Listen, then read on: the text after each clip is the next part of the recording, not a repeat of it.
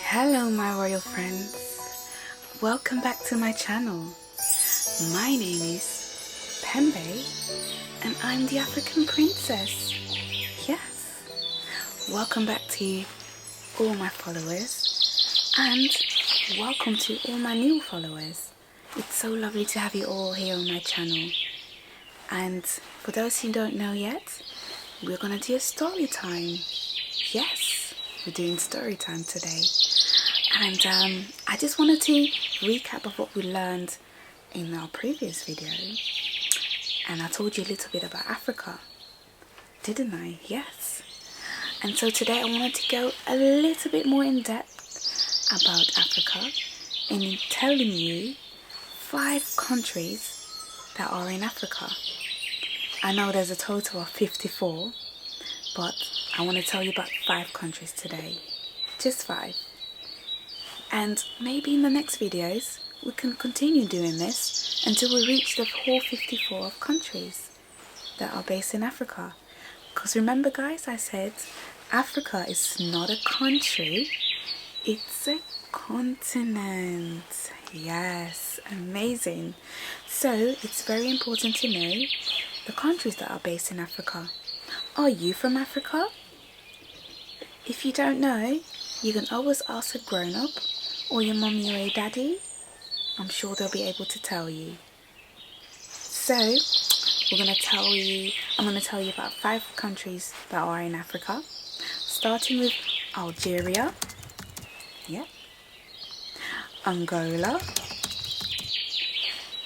Benin, Botswana, and Burkina Faso. I love that name, Burkina Faso.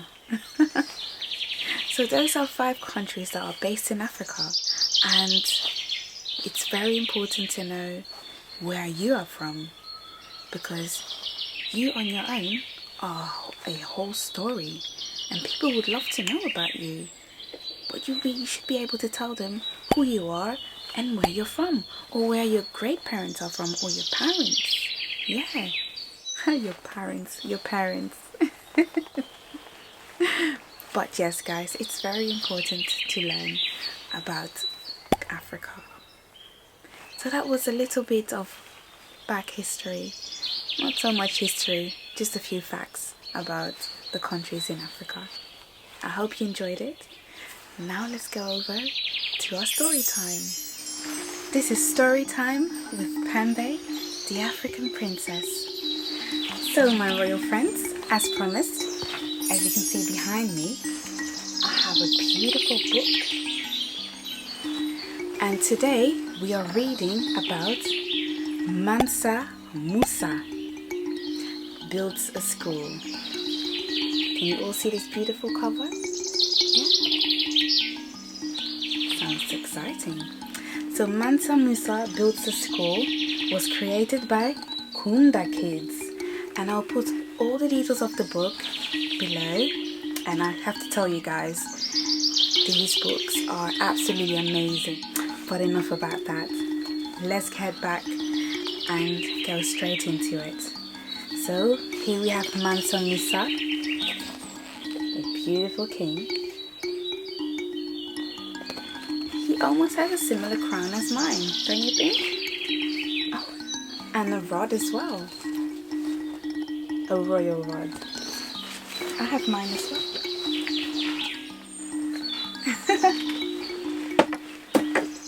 Alright. So, a little backstory. Mansa Musa is a real innovator. Mansa Musa Builds a School is a fictional story based on a real-life innovator, Mansa Musa, Emperor of Mali, which is in West Africa. He established the University of Sankore, a center of culture and learning, which drew in scholars of language, law, astronomy, and mathematics.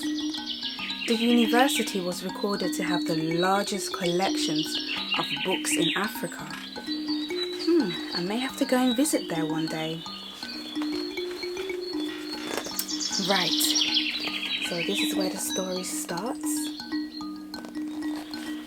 In his kingdom. Meet Mansa Musa, Emperor of Mali, the richest emperor in ancient world. The ancient world.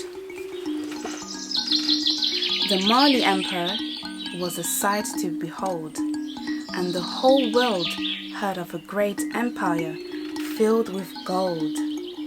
Musa was a great leader in all the stories told. Wow. Can you all see that? He's riding his horse.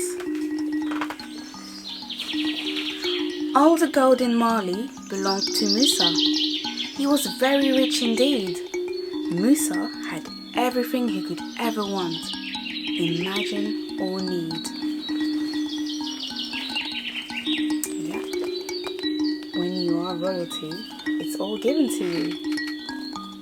Soon he grew bored of all his toys, each and every one, and he was running out of games to play and things to do for fun.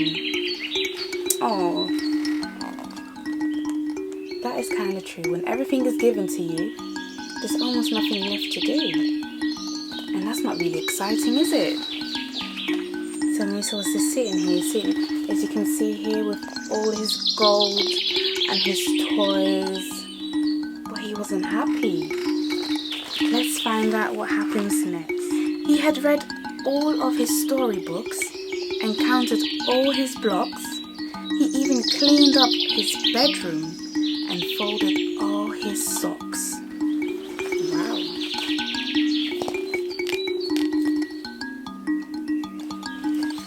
There really was nothing else to do.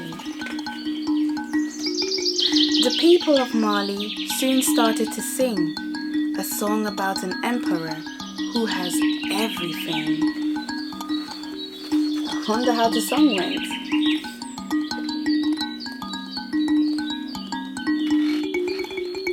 That very night, when Musa went to bed, he thought about the words people sang and said. He has too many things, they sang, to protect him from getting greedy. He should give more to the poor and the needy. I think it went something like that. There you go, Musa in his bed. Oh, and he sleeps with his teddy bear. That's so cute. Do you sleep with a teddy bear? You do? Wow. So the very next morning, Musa planned to see if he could be of help to anyone in need. He hopped on Abdul, his trusty brown mule. Musa straightened his crown and together they rode into town. So here Musa had an idea, a eureka moment as they call it. And here he's on his horse going into town. Let's find out what he went to do. They travelled through the towns and wandered through the sands. They were on the hunt for people in need, all across the land. Musa's stomach rumbled and he saw that it was time for lunch. He decided to stop at a stall and find something to munch. My stomach rumbles as well sometimes when I'm hungry. Does your stomach rumble when you're hungry? Musa asked the seller, "Please, can I have a sandwich and 3 apples to go?" The seller took a while, for she seemed quite confused. She was stammering and fumbling around with the food. Musa watched and suddenly he could see that the seller was struggling to count to 3. Do you know how to count to 3? Yeah? 1, 2, 3. Well done. Well done, guys. Musa said, "My friend, don't you know how to count? You sell so many things. How do you work out the amounts?" The seller replied, "Oh, Emperor, I'm ashamed to say, many of us here struggle to count every day." Musa soon learned people struggling with reading and writing too. And just like that, Musa knew what to do. "I'll build a school," he said, and the people gathered around. What an amazing idea. He's gonna build a school. Don't you think that's a great idea? I think it's amazing. It'll be the biggest and the best the world will ever see. I'll teach people to count, read and write just like me.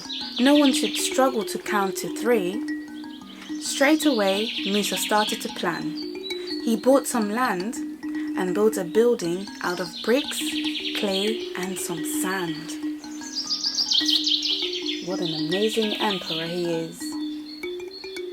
He built a school that no one could ever imagine, with classrooms for teachers to teach and students to be examined. The library had books that were piled all the way to the sky and counting blocks reaching 30 meters high. Wow, that is very high. That is very, very high. The school soon became the best in the land, and Musa was pleased that he could lend a hand. The people loved to learn and get an education, and Mansa Musa became the best leader of the Mali nation. Oh, look at everyone cheering. And you think it's good? The crowd is 1, 2, 3. Musa was happy, for he could see that joy comes from helping people and generosity. And that is very, very true.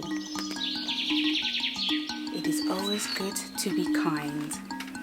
So guys, and that was the story of Mansa Musa. Did you like it? I sure did, and I've learned quite a lot. When you see someone struggling, ask them if they need a hand or if they need anything else. It's always good to be kind.